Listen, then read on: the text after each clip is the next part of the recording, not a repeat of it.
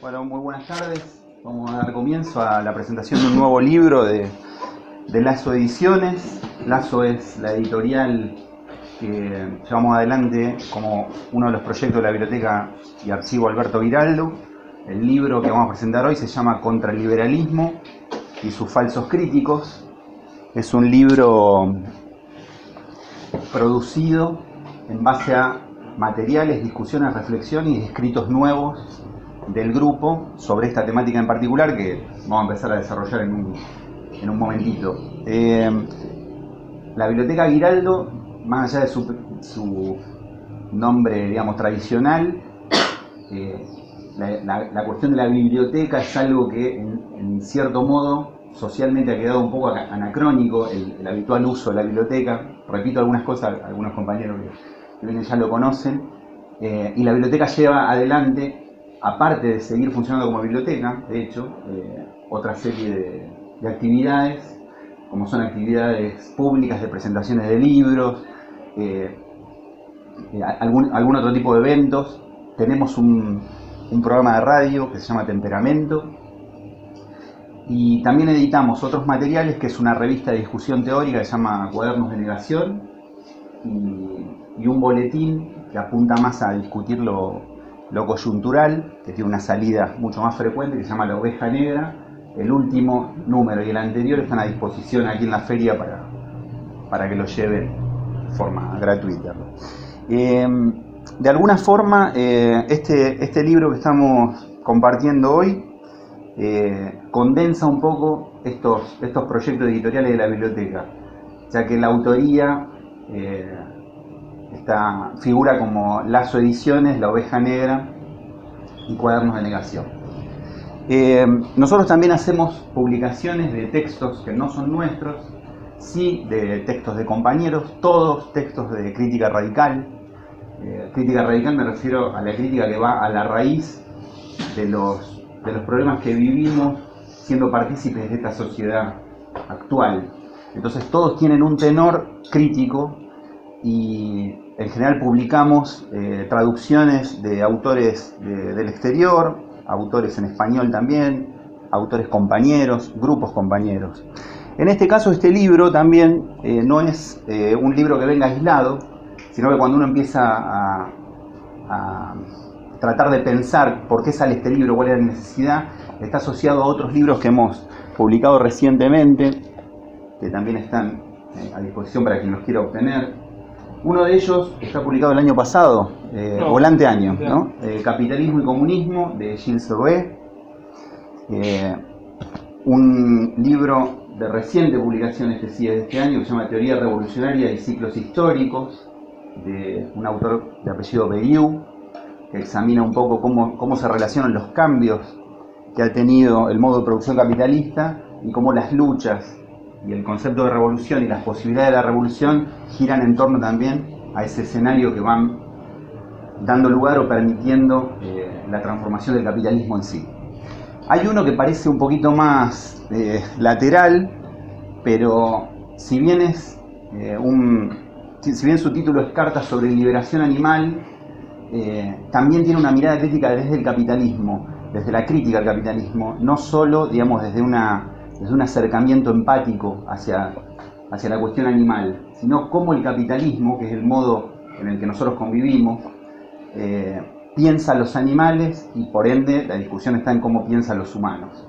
Bueno, unos libros que están en consonancia con lo que vamos a compartir hoy. A ver si me olvido algo. Sí, hay otras publicaciones que también están relacionadas. Yo las comento nada más para que ustedes las vean. Esto es una revista que nosotros hacemos que se llama Cuadernos de Negación, ya la mencioné. Este bloque de Cuadernos de Negación, que es el 9, el 10 y el 11, son unos cuadernos que digamos, van sobre la cuestión económica de la vida social y todas las implicancias que tiene esa base económica para las relaciones que se dan en la sociedad en la que vivimos. Y después también hay un bloque de cuadernos que van del 13 al 15, ahora se está por lanzar el nuevo 16, que también enfoca la cuestión de género, la cuestión del trabajo doméstico, en clave de crítica a la sociedad capitalista. O sea, qué cosas pasan en la sociedad capitalista que haga que emerjan luchas y preocupaciones en torno al género. Así que bueno, un poco para dar una idea de, digamos, que no hay un libro aislado y que esta convocatoria tiene que ver con tratar de pensar cómo vivimos, fundamentalmente. No sé si me olvidó algo. Bueno, un pequeño comentario. La editorial está con mucha potencia, digamos, en estos tiempos y está sacando brevemente un par de libros que también están relacionados con esto. Uno de Gilles Dubé, que se va a titular Fascismo y Antifascismo, y un libro de un compañero de Chile que se llama Julio Cortés, que también experimenta esta cuestión del fascismo, nuevos y viejos fascismos, la religión de la muerte. Así que bueno, eso va a estar en breve para compartir. Cierro con esto y ya entramos directamente en la cuestión del libro. Para quienes por ahí son más cercanos al grupo, me refiero a la frecuencia de participar de actividades o de conocimiento, el libro es parte de la última suscripción a los suscritos de la biblioteca y abierto a quien se quiera suscribir. Las suscripciones son una forma también de difusión de nuestros materiales. Entonces viene el libro con una serie de materiales más, pero también el libro está disponible como elemento unitario para el que lo quiera conseguir. Así que bueno, se me hizo un poquito larga la introducción, pero muchas gracias por escuchar. Lo que viene ahora es un pequeño desarrollo del libro y nuestra idea es poder generar a lo mejor un espacio de debate y discusión en cuanto terminemos esta exposición, que tratará de ser clara, breve y bueno, y que impulse un ida y vuelta. Muchas gracias. Bueno, trataremos. Bueno, buenas tardes, gracias de nuevo por venir. Para arrancar a entrar en el contenido del libro, me parecía que estaba bueno contarles cómo se gestó. Hacia principio del año pasado salió la idea de algunos compañeros de hacer algún folleto de difusión sobre estas nuevas corrientes liberales que estaban tomando cada vez más protagonismo mediático, político por las elecciones por las elecciones de 2021 en Ciudad de Buenos Aires y bueno, también en redes sociales, en YouTube, con todos estos influencers o conferencistas y autores que proliferan en ese medio y bueno, que versan sobre una defensa extrema del capitalismo, hablando justamente del liberalismo económico, pero también sobre cuestiones de ciertos valores morales reaccionarios en torno a la cuestión de género principalmente, pero también en otros temas como bueno, el cambio climático y varias cuestiones que ahora están muy en boga por el planteo de estas expresiones. Entonces bueno, en ese primer momento la idea era sacar un folleto que incluyera algunos extractos de los primeros números estos que mencionaba Marian, de los cuadernos de negación, donde algunos años antes ya habíamos empezado a indagar en esta corriente muy particular del liberalismo, que es la Escuela Austríaca de Economía, que era una rareza para el común de la gente, hasta esta irrupción de Milei, La Libertad Avanza, este tipo de personajes. Entonces bueno, queríamos compartir eso, compartir también algunos extractos de algunos libros que habíamos publicado. Uno de ellos era Capitalismo y Comunismo de Gilles Dubé, donde para nosotros ahí aborda de una perspectiva muy afín a la nuestra el significado del comunismo, cuando estas expresiones hablan de un ferviente anticomunismo, llaman comunista a cualquier cosa, o socialista a cualquier cosa, pero a nosotros nos parecía importante plantear nuestra posición y ir al contenido que nosotros consideramos que tiene el comunismo. Y después, por otro lado, con este libro pronto a salir, que es un texto que circula ya hace tiempo en cierto medio, que es el de Fascismo Antifascismo, donde buscamos dar cuenta del significado histórico del fascismo, porque veíamos que una de las primeras acusaciones por parte de ciertos opositores o detractores de estos liberales era la acusación de, bueno, son unos fachos y punto, y no había mayor profundidad nosotros nos parecía que primero era un error esa conceptualización y a la vez que nos parecía importante ahondar en el significado histórico del fascismo, cuáles son estas corrientes que no sería la liberal de acá, nuevas derechas posfascistas, que eso también va a estar abordado en el libro este que vamos a publicar del compañero de Chile. Así que la primera intención fue esa, pero después empezamos a profundizar en ciertas lecturas, análisis, y se fue ampliando cada vez más, así que se fue transformando en el libro, sumando otras dimensiones, otros aspectos, y en el medio de todo eso publicamos un número del boletín con el mismo título del libro, que contra el liberalismo y sus falsos críticos. Lo publicamos a mediados del año pasado como una especie de síntesis de lo que veníamos investigando, indagando, las preguntas que nos veníamos haciendo. Y a la par íbamos desarrollando el libro. La pregunta principal que nos hacemos, y nos hacíamos incluso antes de que gane las PASO, la Fuerza de la Libertad Avanza, era el porqué del crecimiento de esta nueva derecha liberal reaccionaria en Argentina.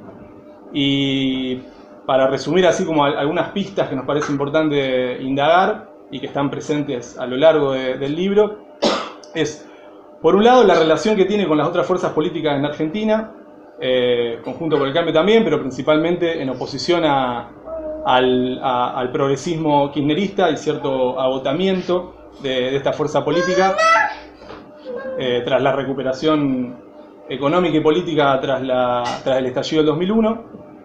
Eso por un lado. Después, por otro lado, la relación que tiene este fenómeno con otros fenómenos de nuevas derechas en el mundo que están creciendo en todas partes.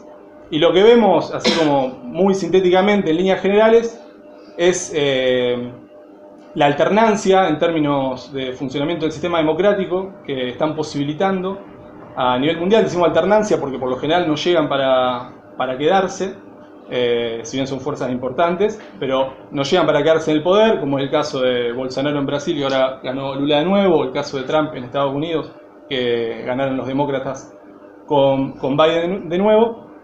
Y lo que vemos ahí es un sistema económico que tiene un funcionamiento bastante endeble, casi recesivo, en lo cual implica grandes problemas para todos los que vivimos en esta sociedad. Y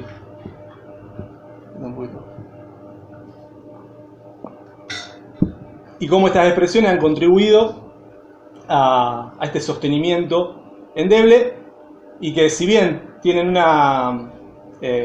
un extremismo discursivo, un extremismo ideológico al momento de sus discursos, o al momento de llegar al poder, o de estar llegando al poder, después en la práctica son bastante más moderados, e incluso varios de los aspectos discursivos fuertes sobre los que tratan, como por ejemplo, un caso que siempre hablamos mucho, el caso de las deportaciones de inmigrantes en Estados Unidos. Trump decía que iba a sacar a todos los inmigrantes, que iba a hacer un muro, y terminó deportando mucha menos gente que el gobierno demócrata de Obama, por ejemplo. Entonces vemos como esa exageración discursiva, sobre todo, después en la práctica no es tal, pero sí contribuye como a esta lógica democrática del mal menor, el miedo, y que todos terminemos encausados, o eso se intenta, en esta lógica del mal menor, y seguir aguantando las condiciones de vida cada vez peores. A la vez, en Argentina, esto está agravado por el contexto que todos conocemos, de inflación tremenda, de crecimiento de la pobreza, de la precarización creciente del trabajo, la informalidad. Entonces, por ese lado también nos parece importante atender para entender por qué en Argentina la derecha alternativa es liberal abiertamente, cuando otras expresiones en otra parte del mundo incluso se reivindican como antiliberales. Si bien tienen muchos puntos en común en torno a lo reaccionario sobre sobre ciertas cuestiones culturales, ideológicas. Después en lo económico son más de cerrar las economías, de proteger las economías. Acá es completamente aperturista, de que hay que dolarizar, hay que abrir el mercado, hay que liberalizar completamente la economía. Entonces, bueno, ahí hay ciertas diferencias importantes que entendemos que tienen que ver fundamentalmente con el contexto económico que acá hay. Después, bueno, habrá que ver, en el caso de llegar al poder, cuáles de esas políticas implementarán. Por ahora es un análisis de lo que tenemos hasta ahora. Y en este sentido, nos parece importante, en el libro un poquito lo abordamos, dar cuenta del proceso de las últimas décadas en Argentina, desde la fuerte reestructuración económica que hubo en los 90, del mercado de trabajo, las privatizaciones, ciertos cambios en la esfera política estatal también. Bueno, la convertibilidad, la disciplina monetaria que implicó la convertibilidad, que terminó estallando en el 2001, y bueno, y toda la posterior recuperación económica y política, y todas las luchas, que para nosotros es muy importante atender a las expresiones de lucha, la transformación de las expresiones de lucha que ocurrieron en todo ese momento, y la fuerte canalización e institucionalización de la lucha llevada a cabo por el kirchnerismo. Y bueno, y hoy nos encontramos con que el que se vayan todos se corea en los búnkers de La Libertad Avanza. Entonces nos parece importante eso, atender a cómo fueron cambiando las expresiones de lucha hasta la situación esta que llamamos hoy, donde la rebeldía, como dicen algunos, se volvió de derecha.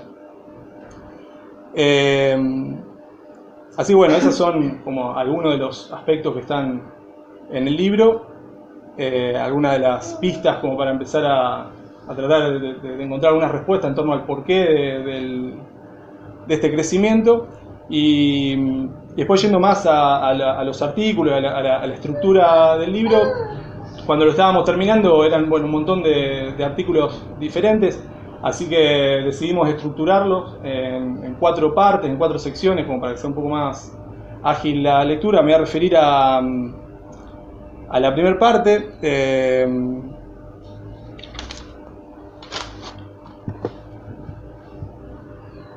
La primera parte que nombramos tras las huellas de la serpiente, en relación a la simbología que usan estos libertarios de esta serpiente de Gadsden, que fue utilizada en la Guerra de Independencia de Estados Unidos, y que es la identificación que usan estos sectores, y bueno, que forma parte del diseño de tapa del libro. Esta sección es como la más amplia en diversidad de temas. Fuimos tocando diferentes tópicos que entendemos que se han puesto de relieve a partir de esta irrupción liberal, ya sea por ellos mismos o por sus detractores, y bueno, tratamos de ir abordando cada uno de ellos, como decía Marian, de una perspectiva radical, tratando de ir más allá de lo discursivo, de cierta polarización discursiva en lo político, tratando de ir al fondo de la cuestión. Son muchos temas, no voy a ponerme a abordar puntualmente cada uno, pero sí nombrar 2 aspectos que nos parecen importantes y que atraviesan varios de los artículos. Uno es el marcado énfasis discursivo, ideológico, que tienen estas corrientes, muy idealista en toda su forma de plantear las cosas, e incluso en lo económico también vamos a ver que su método teórico es partir de principios, y dejando bastante de lado la materialidad de las relaciones sociales. Y en esto hacen Milei y otros referentes de estas corrientes, hacen siempre una operación de llevar todas las discusiones al terreno propio ideológico, donde poder contrastar ideas en ese campo. Esto no es tan propio de Milei, pero sí de otros conferencistas. Capaz que lo han escuchado nombrar una vez a Agustín Laje, que forma parte de la misma corriente, aunque no tiene la participación electoral de Milei. De llevar todo el plano ideológico, entonces al referirse a la cuestión de la diversidad sexual, hablan de que el progresismo tiene una política homosexualista, que defiende el homosexualismo. O sea, todo está cargado de ideología para ellos. O, por ejemplo, es algo bien característico de las nuevas derechas, que al hablar de los problemas de la globalización durante las últimas décadas, las consecuencias sociales de la globalización, como por ejemplo el problema de los inmigrantes, que no es tan común acá, pero sí en otros lugares, se refiere a eso como globalismo, como todo es parte de una agenda que está pensada, que está... En ese sentido quería leer un breve extracto de un apartado que habla sobre el marxismo cultural, no sé si lo han sentido nombrar, esta teoría de la conspiración, que Milei se ha referido varias veces, pero otros autores también, de que todo estaría planeado, pensado, que la izquierda al perder en el terreno económico se habría refugiado en las universidades, que estaría difundiendo toda una serie de políticas que el progresismo habría tomado. Entonces, en el libro decimos: los detractores del marxismo cultural parten por caracterizar lo que ellos denominan nueva izquierda, la cual ya no critica la propia existencia de la economía de mercado y la propiedad privada, sino que a lo sumo busca regularla. Señalan que la concepción izquierdista del sujeto ha pasado del obrero clásico a una suma de sujetos basados en cuestiones culturales identitarias, como las mujeres, disidencias sexuales, indígenas, inmigrantes, personas racializadas y ciertas minorías. Al plantear que se trata de una cuestión política y discursiva creada por la izquierda, evitan tener que abordar la base material de contradicciones y luchas que ha posibilitado o incluso forzado a esta renovación izquierdista. En oposición a dicha renovación, estos liberales neoderechistas hacen la autocrítica al interior del liberalismo de haber seguido dando centralidad a cuestiones económicas mientras la izquierda ha avanzado en cuestiones culturales. La batalla cultural sería entonces su aporte al liberalismo, que para ellos debe tener como base los valores occidentales y cristianos tradicionales. Ahí vemos cómo se va gestando esta amalgama entre liberalismo y tradicionalismo, conservadurismo.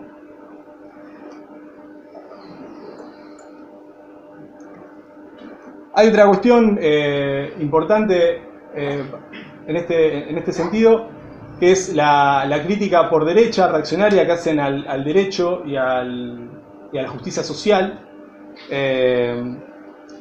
Con esto también prefería leer otro apartado, que se titula Mano invisible, mano dura y derechos. Y ahí decimos: en este sentido, cabe volver sobre la llamada ampliación de derechos del progresismo y la reacción antiderechos de la libertad avanza. Milei, tras su triunfo electoral en las primarias presidenciales de agosto, vociferó contra esa atrocidad, cito a Milei, esa atrocidad que dice que donde hay una necesidad nace un derecho, cuya máxima expresión es esa aberración llamada la justicia social. Para nosotros, históricamente, el reformismo ha hecho del derecho un terreno donde luchar por mejoras en el capitalismo, respetando sus propias reglas, y hemos criticado en reiteradas ocasiones lo limitado de ese enfoque desde un punto de vista de ruptura revolucionaria. Para nosotros, desde hace tiempo, ha sido superado por la propia realidad este enfoque, donde la gran heterogeneidad en lo que respecta a las formas de empleo y de reproducción de la fuerza de trabajo hace que para gran parte de la población muchos derechos les sean completamente ajenos. Nos referimos a cuestiones básicas como empleo formal registrado, acceso a la vivienda, acceso a la salud, educación, seguridad. Las ayudas sociales crecen en cantidad de personas que las reciben y bajan en sus montos, al igual que se reducen las jubilaciones, pensiones y salarios. Las falencias en este plano, que podemos considerar como ligado a una concepción más universalista del derecho, han contribuido al deterioro del imaginario justicialista en Argentina, agravado por el énfasis dado desde el progresismo a ciertos derechos cívicos identitarios, más ligados a problemáticas particulares que van desde el género a la represión estatal de la última dictadura. además de su incapacidad para resolver realmente los problemas de las minorías, se evidencia el lavado de cara que el progresismo busca hacer con estas políticas, mientras está cada vez más lejos de poder atender a los intereses de las mayorías. Esto, bueno, después lo podemos retomar en el debate si interesa, pero a partir del crecimiento de varias expresiones de nueva derecha a nivel internacional, han surgido como algunas propuestas de izquierda que buscan atender a esta cuestión entre derecho universal y derecho cívico particular. Y bueno, lo que plantean es como que hay que volver a reunificar las luchas del movimiento obrero en general y las expresiones particulares desde una óptica estatista, reformista, de que hay que volver a rearmar eso. Para nosotros, por el contrario, como lo expresa un poco el extracto que leí recién, lo que nos invita este escenario tan grave que estamos viviendo es a repensar el contenido de las luchas, la forma de lucha, la perspectiva de transformación más profunda de la sociedad. Estas nuevas expresiones de lucha y esta división, esta heterogeneidad en el seno de la clase explotada, me parece que nos invita a repensar la lucha y una perspectiva de ruptura, de emancipación revolucionaria. Y después para ir cerrando, al menos lo de esta primera sección, hay otro aspecto que es el plano económico local que refería un poco anteriormente. Nos parece, en el libro lo hacemos, indagar en cuáles fueron las transformaciones de la producción en Argentina. En este sentido abordamos la cuestión de la inflación. Para esto, además de los discursos de Milei y La Libertad Avanza, fuimos a su último libro de este año, previo a las elecciones, que se llama El fin de la inflación. No encontramos nada nuevo, pero sí... Pero bueno, sí refuerza el punto de vista, nos dio algunas herramientas más, pero concretamente lo que el planteo es muy sencillo. El problema de la inflación es la emisión monetaria, es la culpa del político con la maquinita, es la casta. Entonces, bueno, hay que luchar contra la casta y dolarizar la economía para que no haya más emisión. Bueno, nosotros nos propusimos también indagar en el fenómeno de la inflación en Argentina, cuáles son las causas estructurales de ese fenómeno, porque por algo hace 80 años que es un fenómeno recurrente, cíclico, que continúa apareciendo. Y para eso, bueno, de nuevo, ver qué es lo que se produce en la Argentina, cómo se produce, cómo se nos explota, no con ningún afán de mejorar la industria nacional, ni nada por el estilo, pero sí de entender por qué pasan las cosas. Y en este sentido, otra cuestión importante que vimos ahí leyendo sobre el tema es cómo históricamente en Argentina la inflación ha sido una modalidad de ajuste, cómo es más fácil ajustar vía inflación, aumentando los salarios por debajo de la inflación, siempre ha generado menores resistencias que directamente la quita de un mes para otro, pasar a cobrar un 10% menos, por ejemplo. Bueno, de esta forma menos evidente de ajuste, ha sido una dinámica constante de la lucha de clase en Argentina. Y bueno, atender como esas distintas dimensiones que tiene el problema de la inflación, y desmintiendo un poco esta idea de que la emisión por sí sola, que en un montón de países se emite y en niveles también muy grandes, y no hay la inflación galopante que hay en este país. Entonces, bueno, desarmar un poco esos discursos, atender un poco a la realidad social local. Bueno, esos como dos ejes importantes de ese primer apartado. Y bueno, después el siguiente se mete más de lleno en la Escuela Austríaca de Economía. No sé si le querés dar. Sí.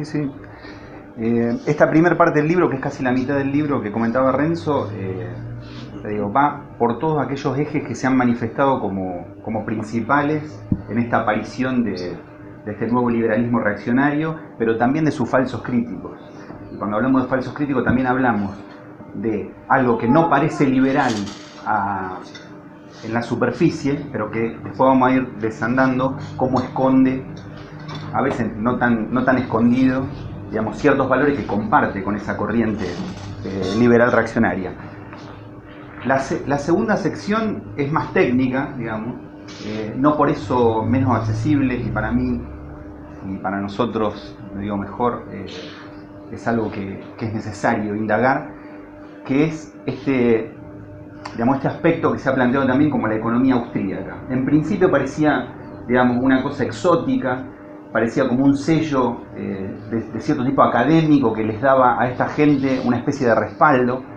Digamos, en sus apariciones públicas en general se mencionaba el teorema de tal, el paper de tal, y todas cuestiones que los alejaban bastante y los ponían en un púlpito parecido al de un docente, digamos, ¿tá? Al que se asume una relación de autoridad y no se lo discute.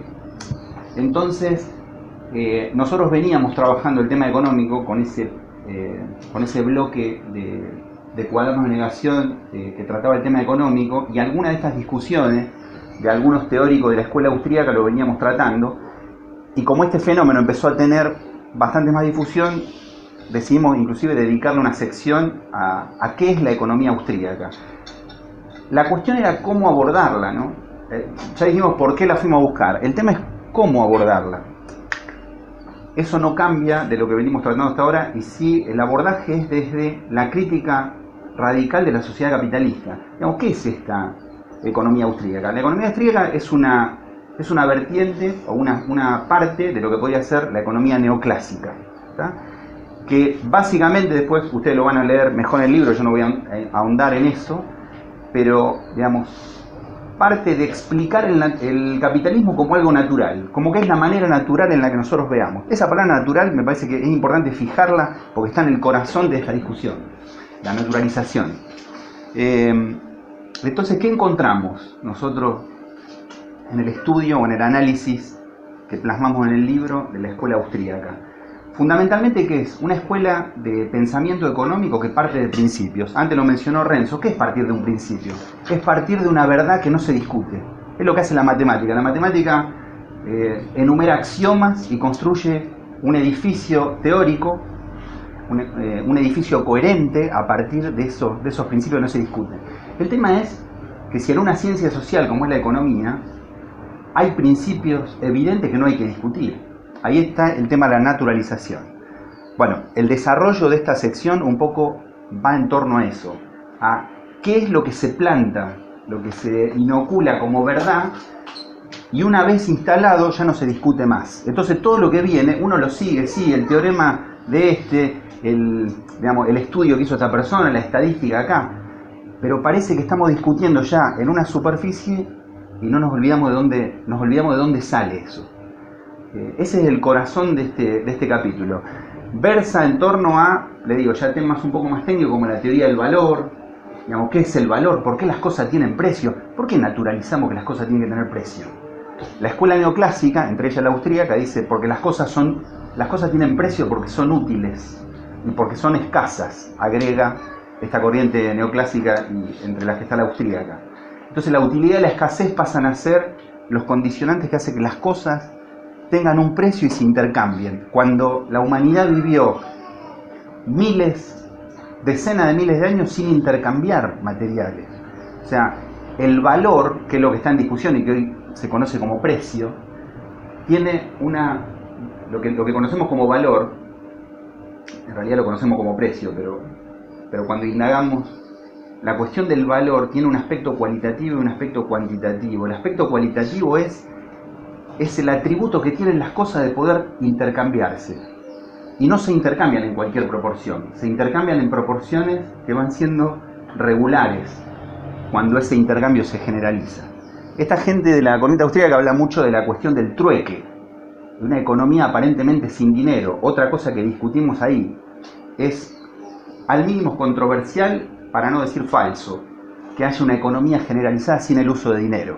Eso tiene que ver con las condiciones en las que se realizan los intercambios. Eso requeriría que todos los intercambios estuvieran equilibrados, que vos tengas lo que yo quiero y viceversa, y que eso se dé en general en una sociedad. En la sociedad en la que vivimos nosotros, que es la que analiza Marx en profundidad en El Capital, en el siglo XIX, pero que tiene absoluta validez hoy, la sociedad está compuesta por productores privados. O sea, cada uno produce sin saber qué quiere el otro directamente.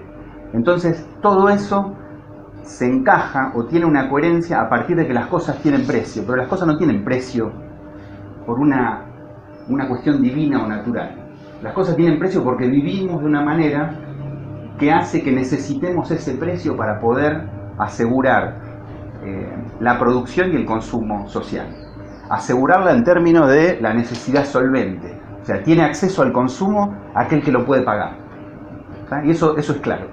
Podría indagar mucho más, a lo mejor se da en el debate, a lo mejor algunos ya chusmeó el libro, porque nosotros lo compartimos digital y para libre descarga ya hace unos 10 días, unos 15 días. Así que bueno, si surge para el debate, entramos un poquito más en esto. Hay un par de ejemplos importantes, la cuestión del diamante y el agua, pero bueno, yo creo que son para cosas. La clave es esta, recuerden esta palabra, la naturalización, o sea, de lo que creemos que es natural y es así porque sí. ¿Tá?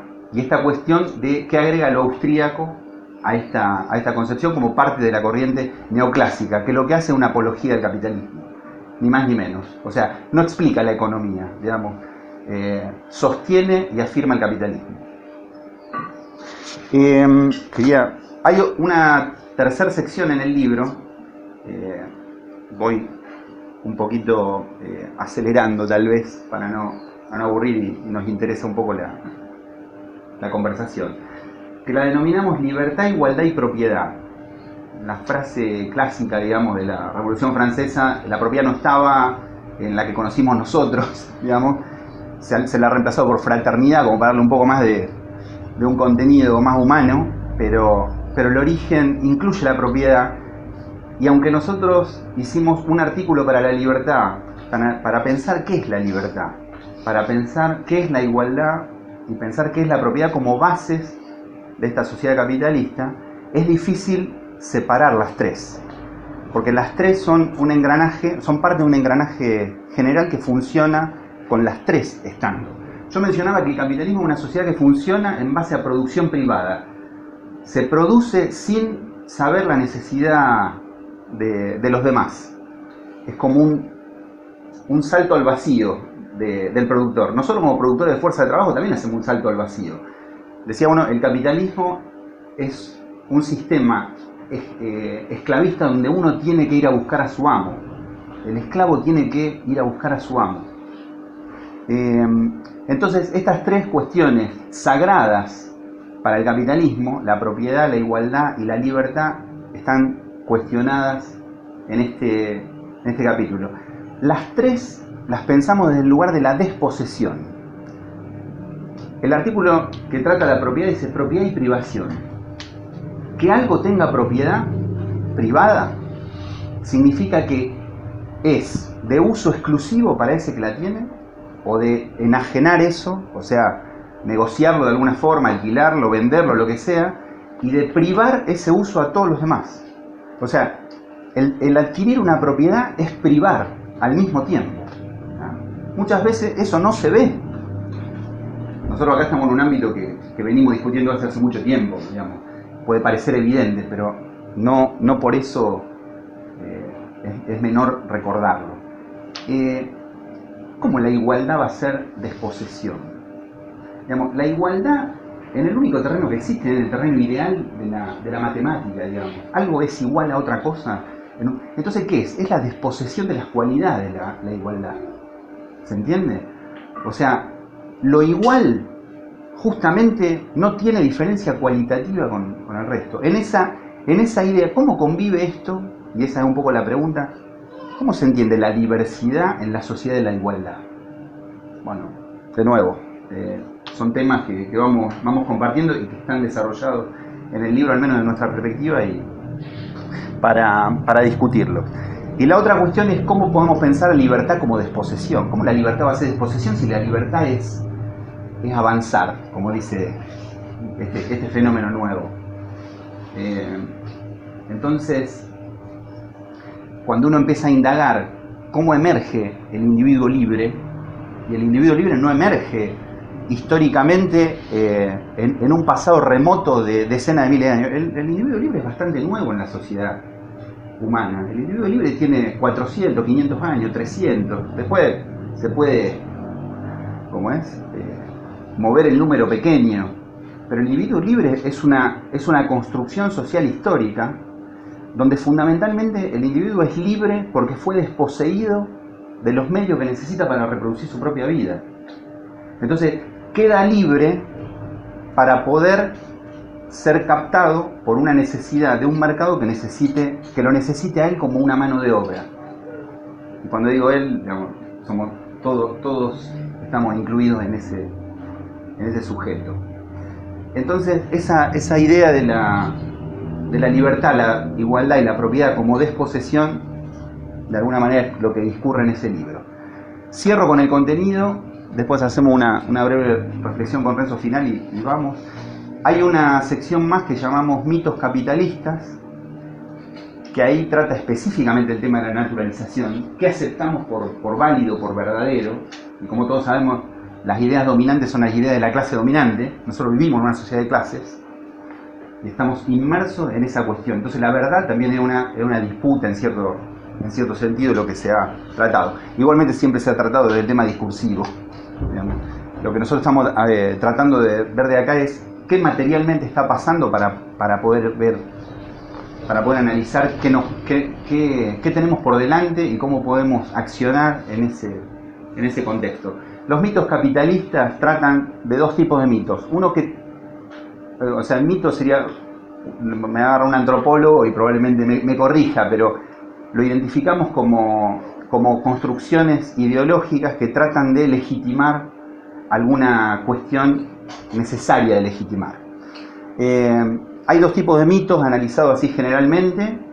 Uno tiene que ver con aquello que Marx calificó como robinsonada, en alusión a Robinson Crusoe, que es un náufrago que queda en una isla con algunos elementos que tiene y empieza a organizar su vida en base a lo que sabe hacer, digamos, organizar como aprendió a organizarse en la sociedad capitalista, ¿tá? Sin embargo, digamos, eso es visto como que esas habilidades y esa forma organizativa que tiene el náufrago son la condición natural de un ser abandonado a la intemperie. Por eso a las construcciones que toman esa forma las llama robinsonadas. ¿Qué sería un ejemplo de robinsonada? Acá hay gente más grande, pero yo me acuerdo cuando yo era chiquito estaban los picapiedras y los supersónicos, digamos. Y los picapiedras uno veía que tenían un auto, que vivían una familia nuclear, que había una mamá, un papá, 2 niños, la familia tipo, o sea, eran todos los valores de la sociedad actual, pero como que estaban extrapolados al pasado. Lo supersónico era lo mismo hacia un futuro incierto, digamos. Pero eso es una robinsonada, es una construcción que toma el presente como una inmovilidad histórica. Para atrás fue igual, para adelante será igual, y detrás de eso, digamos, no hay otra forma de interpretarlo que hay un deseo de que eso se internalice de esa manera, ¿tá? No hay movilidad. Hay movilidad en algunos aspectos menores, pero la fundamental, la inmovilidad fundamental es la inmovilidad de la forma actual de sociedad. Bueno, tenemos para discutir varias cosas. Creo que un panorama de lo que puede contener este libro y lo que nos interesa discutir en este momento, más allá del libro, ha quedado más o menos planteado. Así que sí, no sé si Renzo quería como cierre del libro hay un breve artículo más donde insistimos en la necesidad de criticar al Estado, la crítica del capital y el Estado, a pesar de esta supuesta crítica al Estado que realizan estos ultraliberales, como decir, profundizar de una perspectiva revolucionaria la crítica del Estado y no esta falsa oposición entre mercado y Estado que tanto están planteando.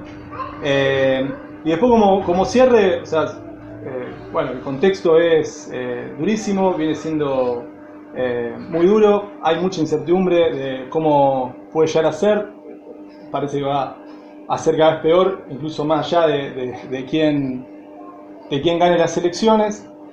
Y nosotros, si bien lo queríamos sacar antes al libro, se nos estiró un poco y salió en medio de este contexto. Insistimos que no pretendemos tener ningún tipo de afán o influencia en la cuestión electoral, sino que el libro sirva como una invitación a la reflexión sobre lo que está pasando en Argentina, el por qué surge esta expresión, cómo se vinculan el resto de las expresiones políticas con esto, y bueno, y todos estos apartados que desarrollaba Marian, también como una invitación a criticar profundamente el capitalismo, porque si hay algo importante que ha venido a plantear toda esta corriente es una defensa a ultranza del capitalismo, y para nosotros es importante realizar una crítica, y no realizar una crítica, por eso también los falsos críticos, como se suele hacer de oponer el capitalismo a ciertos regímenes socialistas y discutir socialismo versus capitalismo. Para nosotros los regímenes llamados socialistas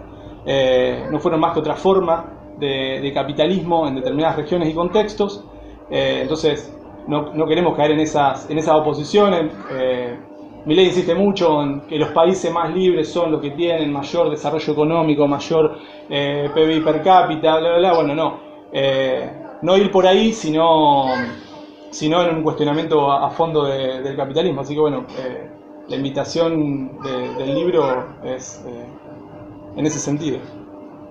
Bueno, muchas gracias por escucharnos.